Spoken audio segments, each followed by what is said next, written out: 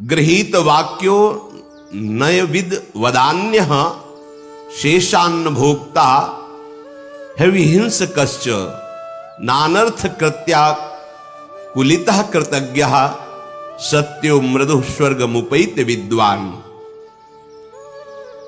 जो अपने गुरुजनों की बड़ों की आज्ञा नम्र होकर स्वीकार करता है, जी ऐसा ही करेंगे। और जो धर्म का ज्ञान रखता है कि मुझे क्या करना चाहिए क्या नहीं करना चाहिए, नीतिज्ञ है, जो अपने पास सुख की सामग्री है उसे दूसरों को देने की भावना रखता है, जो भगवत अर्पित प्रसाद अन्न का ही भोग पाता है, बहुत सुंदर बात है, जो गुरुजनों की आज्ञा मानने के लिए नम्र रहता है। अब वो तो कहते हैं तो करना ही पड़ेगा, एक ये बात हो गई, और एक बात हो गई बहुत प्रसन्न होकर हमें जो आज्ञा हुई पालन, हमारा सौभाग्य है नम्र होकर गुरुजनों की आज्ञा का पालन करना।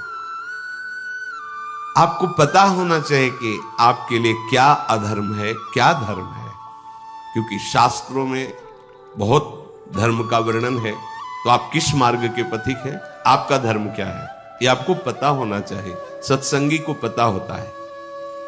और जो आपके पास अच्छी अच्छी सुख सामग्री है, जिसमें तुम्हारा मन लालयित है, उस सामग्री को खान पान आदि की उसको विभाजित करके ही पाओ, दूसरों को पवा दो थोड़ा मात्रा में आप लो। इससे क्या होगा, आप इंद्रिय विजयी हो जाएंगे।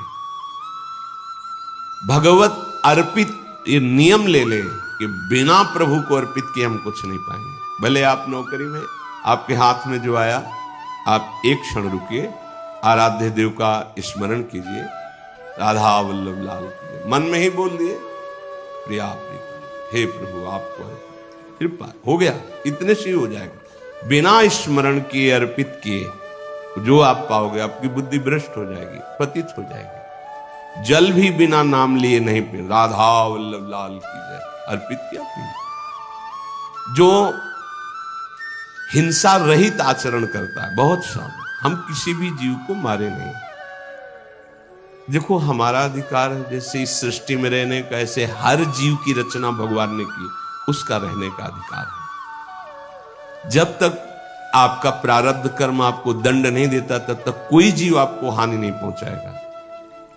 एक तो ये सुविधाजनक वास है, जैसे सेनपुर और कई ऐसे गंगा के किनारे, सच्ची मानिए जैसे चीटा होते ना, ऐसे बिच्छू घूमते थे, जैसे केचुआ घूमते ऐसे सांप घूमते हैं।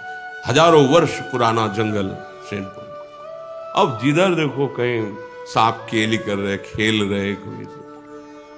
अब जैसे आसन में ऐसे बैठे, सामने बिछा पर सांप ऐसे आ जा रहे। आज भी जाके देख ली, बहुत अगर कटा नहीं होगा तो बहुत बड़ा जंगल, ऐसे पुराने पुराने बरगद की, मतलब सैकड़ों हाथ में एक ही बरगद है, कितने विशाल कदम तमाल, ऐसे मन एकदम आह्लादित रहता था। 2 रोटी, इतनी अरहर की दाल, 24 घंटे में केवल इतनी ही सुविधा थी भोजन की। जो भी संत जन रहे बस इतना है, ना कोई मीठा, ना फल, ना फूल, ना दूध, ना दोबारा रोटी, था ही नहीं। एकदम एकांत शून्य जंगल, तो बस इतना ही था, 2 मोटी रोटी और इतनी अरहर। मन हर समय आह्लादित, क्योंकि वहां कोई विषय पदार्थ नहीं, कोई विषयों का प्रवेश नहीं। कभी कोई भूले भटके गंगा स्नान, क्योंकि घाट तो था नहीं, तो कभी कोई ऐसे। पर अगर आपके प्रारब्ध, उस समय ये विचार कर, जैसे मन कहता कहीं तो होता कि अगर है तो तुम तिजोरी में बंद हो जाओ, काट लेगा, नहीं है तो ऊपर से निकल जाएगा, काटेगा नहीं। पक्का विश्वास रखो ना, शांत, जहां आंख मुंदे ध्यान कहीं ऐसे, फिर उसको समझाना पड़ता था, नहीं ऐसा नहीं, धीरे धीरे काफी समय वाले एकदम मन निश्चिंत हो जाता। कभी किसी कीड़े ने नहीं काटा, विश्वास करो। अरे सांप मार दो, क्यों मार, उसका सृष्टि में रहने का अधिकार नहीं है क्या? अरे नहीं, काल है, काल को तुम मार सकते हो क्या? नहीं, ऐसा किसी भी जीव को नहीं, ऐसा मारना नहीं। अगर आप हिंसा रहित आचरण करते तो बहुत जल्दी आपका हृदय पवित्र हो जाएगा। कुछ लोग जानबूझ के हिंसा करते रहते हैं, ऐसा नहीं। बोले अपनी सुरक्षा के लिए तो करनी, तो सृष्टि में सबका अधिकार जीने का है, भगवान ने सबको बनाया है। हाँ, आपके घर में ऐसा कोई जीव निकल रहा है, आप उसको निकलवा दीजिए, या आप स्वयं मारना नहीं है। कोई भी जीव किसी को ऐसे नहीं काट सकता जब तक उसका प्रारब्ध नहीं। प्रारब्ध है तो बचा नहीं सकते, वो वहीं जाके काटेगा जहां नियत है, तुम चाहे जितनी व्यवस्था कर लो। अनर्थपूर्ण कार्य उपासक को कभी नहीं करने चाहिए। अनर्थपूर्ण, जिससे दूसरों को दुख पहुंचाए, जो धर्म रहित ऐसे आचरण नहीं करे। विदुर जी महाराज कह रहे, जब हम बोले तो सत्य बोलने की चेष्टा, क्यों बेमतलब झूठ का पाप लेते हैं? मतलब बुद्धि काम नहीं कर रही, बेमतलब झूठ बोल। अगर किसी के प्राण बच रहे हैं, कोई बहुत बड़े लाभ की वृत्ति किसी को मिल रही है, चलो भाई, नहीं तो सत्य बोलो। क्यों आप झूठ बोल? बिल्कुल खेल खेल में ढेर सारा झूठ बोल देते हैं, क्यों बोलते हो? ये वाणी की मलिनता आपके हृदय को मलिन करती रहेगी। सत्य वचन बोलने चाहिए।